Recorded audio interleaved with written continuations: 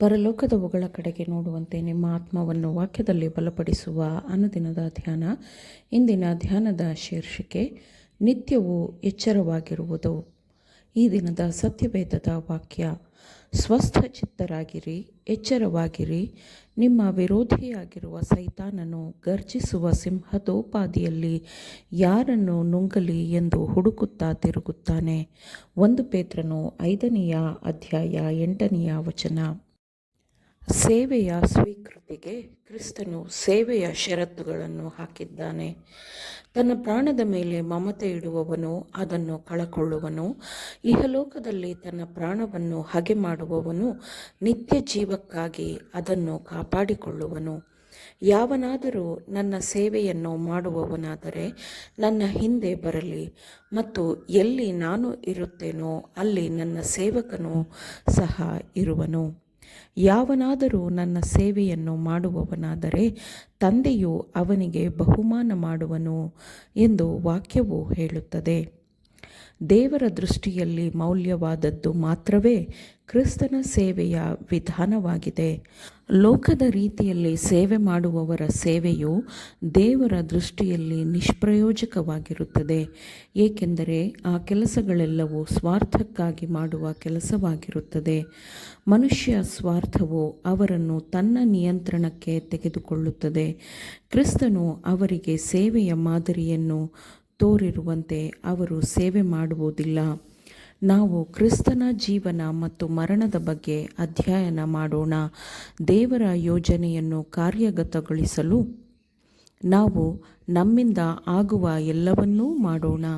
ಯೇಸುವನ್ನೇ ದೃಷ್ಟಿಸುತ್ತಾ ಆತನ ಜೀವನದಂತೆ ಜೀವನ ನಡೆಸುವುದರಿಂದ ಉಂಟಾಗುವ ಫಲಿತಾಂಶವನ್ನು ಯಾವ ಲೇಖನೆಯು ಬರೆಯಲಾಗುತ್ತದೆ, ಯಾವ ನಾಲಿಗೆಯು ವಿವರಿಸಲಾಗುತ್ತದೆ ಅಲ್ಲವೇ? ಕ್ರೈಸ್ತರೆಂದು ಹೇಳಿಕೊಳ್ಳುವವರಲ್ಲಿ ಎಷ್ಟು ಕಡಿಮೆ ಜನರು ಆ ಪರಿಶುದ್ಧ ಹೆಸರಿಗೆ ತಕ್ಕಂತೆ ನಿಜವಾಗಿರುತ್ತಾರೆ, ನಿಜವಾಗಿ ಜೀವನ ನಡೆಸುತ್ತಾರೆ ಅಲ್ಲವೇ? ಎಚ್ಚರಿಕೆಯಿಂದಿರದ ಕ್ರೈಸ್ತರನ್ನು ಹುಡುಕಲು ಸೈತಾನನು ಬಹಳ ಕಾತುರದಿಂದ ಹುಡುಕುತ್ತಿರುತ್ತಾನೆ.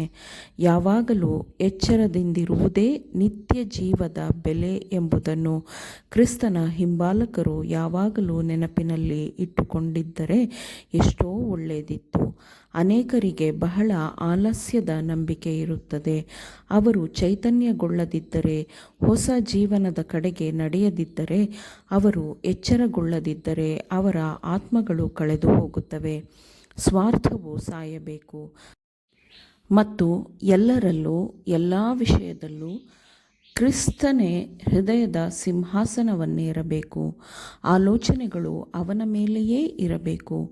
ಆಗ ಆತನ ಹೆಸರಿಗೆ ನಮ್ಮ ಜೀವನವು ಗೌರವ ತರುವಂಥದ್ದಾಗಿರುತ್ತದೆ. ಆಗ ಸೈತಾನನ ಕಪಟ ತಂತ್ರಗಳನ್ನು ವಿರೋಧಿಸಲು ಆತ್ಮವು ಮೇಲಿನಿಂದ ಬಲವನ್ನು ಹೊಂದುತ್ತದೆ.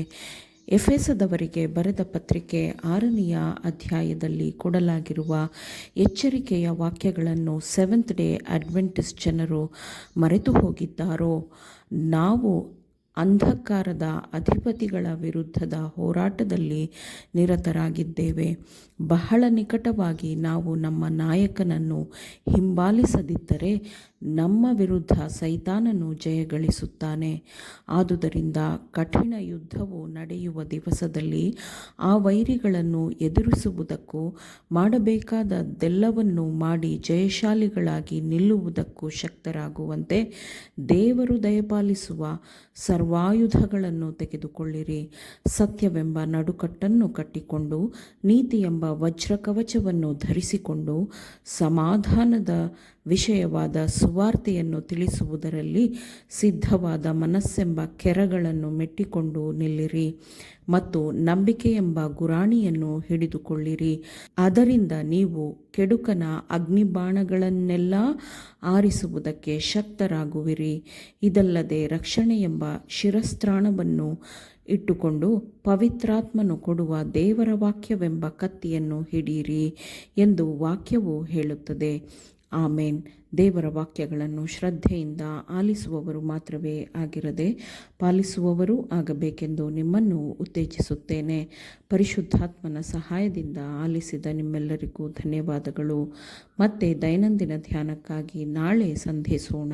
ಆಮೇನ್.